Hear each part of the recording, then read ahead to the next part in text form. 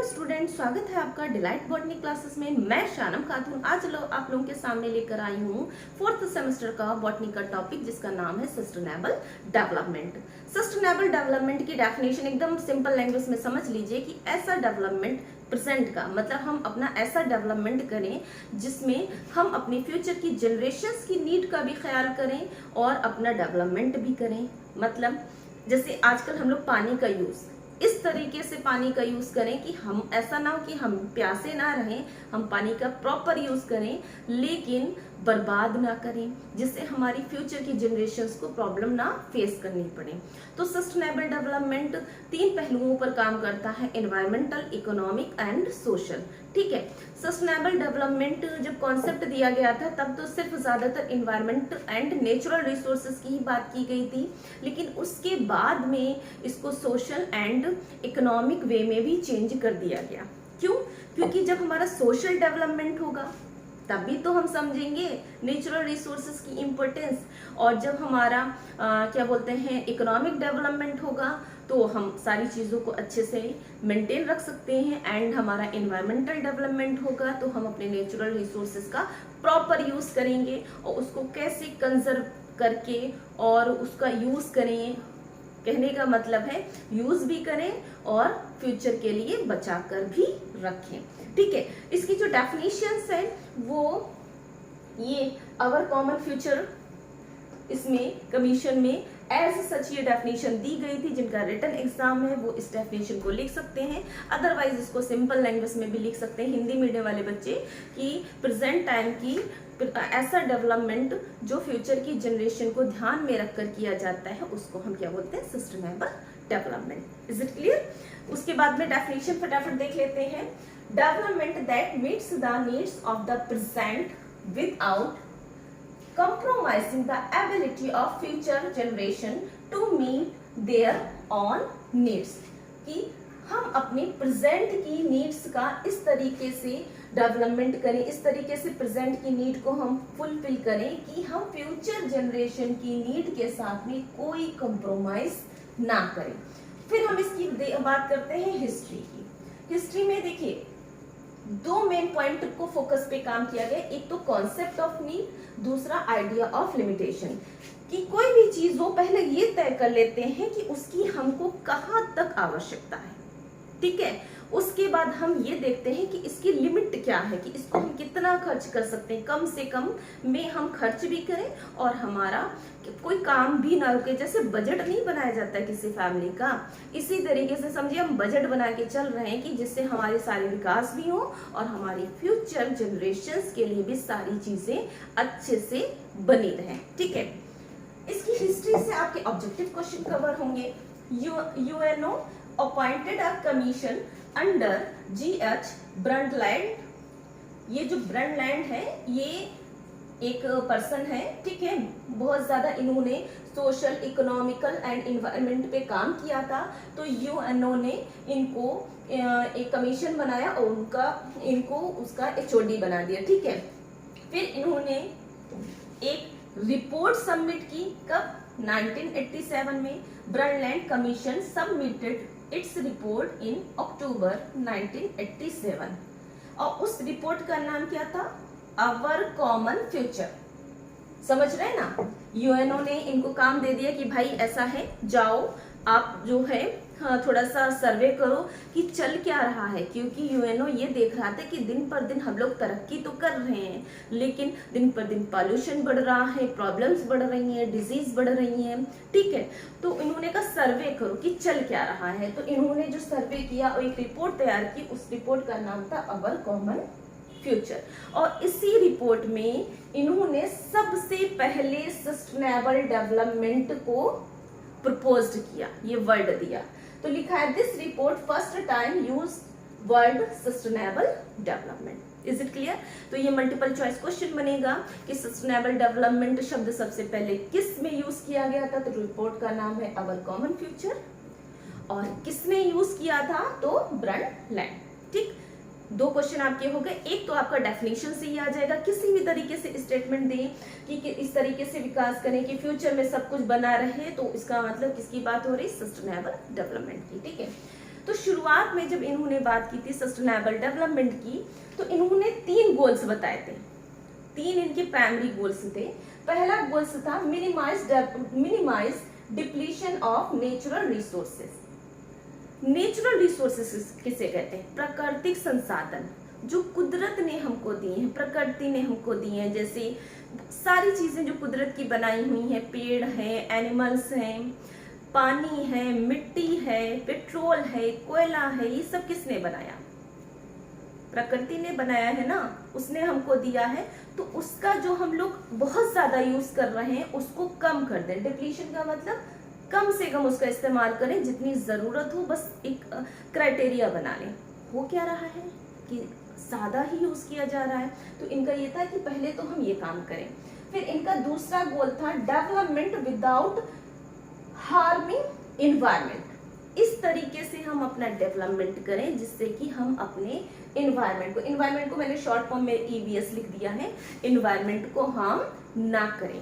ठीक है, तो दो पॉइंट हो गए। पहला था नेचुरल रिसोर्सेज का कम यूज करें, दूसरा था कि एनवायरमेंट को हार्म किए बगैर हम अपना डेवलपमेंट करें। तीसरा है हमारा provide eco friendly method to present project.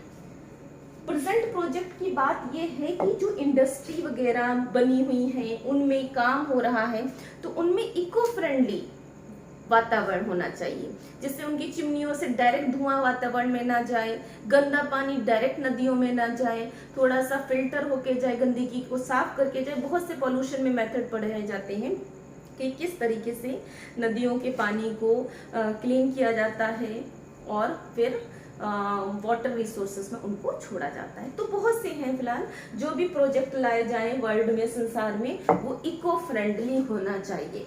ये थे बच्चों primary goals.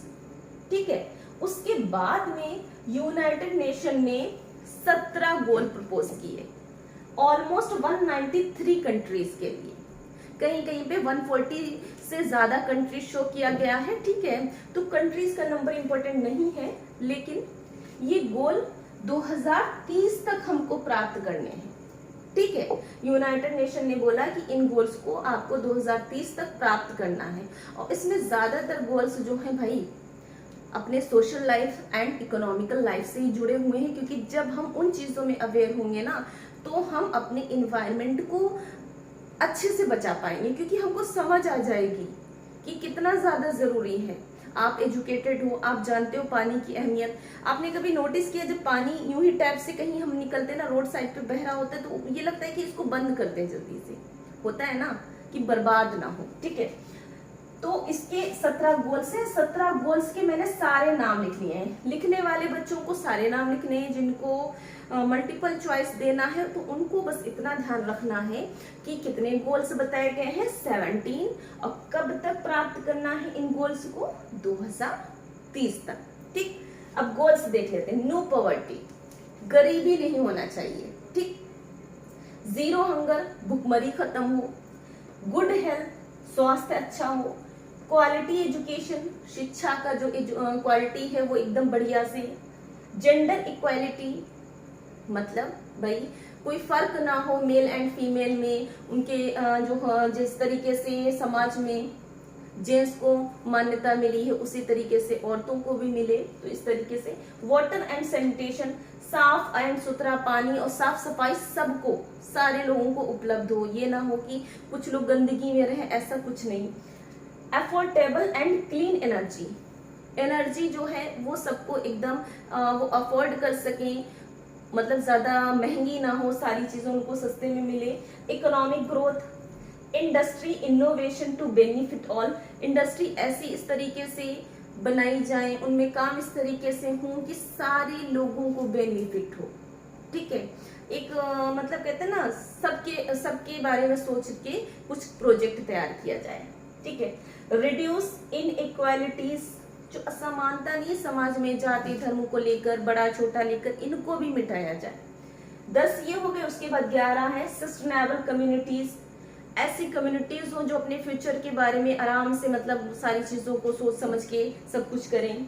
Responsible consumption and production, जो प्रोडक्ट बनते हैं उनका कंजप्शन एंड प्रोडक्शन का एकदम से मतलब रेशियो फिक्स होना चाहिए। ऐसा ना हो कि बन बहुत ज्यादा गए और उनकी सेलिंग नहीं हो रही है, ठीक है, या सेलिंग ज्यादा है प्रोडक्ट कम बने, तो कंज्यूम एंड प्रोडक्ट एकदम सही से रेस्पॉन्सिबिलिटी रेशियो सही से होना चाहिए।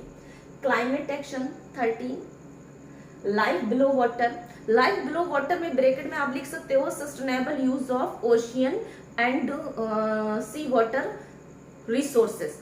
भाई जो समुद्रों में रिसोर्सेज हैं, मछलियां हैं, एल्गी है, बहुत सी चीजें हैं नायाब सी, उनका मतलब अतिदोहन नहीं करना चाहिए, उनका बहुत ज्यादा यूज नहीं करना चाहिए, उनका भी सस्टेनेबल डेवलपमेंट होना चाहिए, उनका भी इस्तेमाल हम उतना करें जितना हमारे लिए जरूरी हो। And life on earth. Earth पर की लाइफ क्या है, हमारे पेड़ हैं, जंगली जानवर हैं, जिनको हम उनके कहते हैं ना, जैसे हाथी है, एलिफेंट के टस्क बहुत ज्यादा कॉस्टली बिकते हैं, तो कुछ लोग उनको मार देते हैं टस्क लेने के लिए, दांत जो हाथी के होते हैं। तो कहने का मतलब है कि उनका भी सस्टेनेबल डेवलपमेंट हो। प्लांट्स कटान, पौधे काटे जा रहे हैं टिम्बर प्राप्त करने के लिए, ठीक है।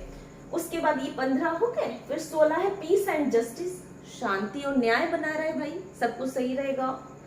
17 है global partnership for sustainable development. इसका मतलब ग्लोब में पार्टनरशिप भी की जा सकती है दूसरी कंट्रीज से सस्टेनेबल डेवलपमेंट के लिए, कुछ चीजों के लिए, ठीक है। तो ये सारी चीजें हुए 17 गोल, ये कंप्लीट हो गया आपका सस्टेनेबल डेवलपमेंट टॉपिक।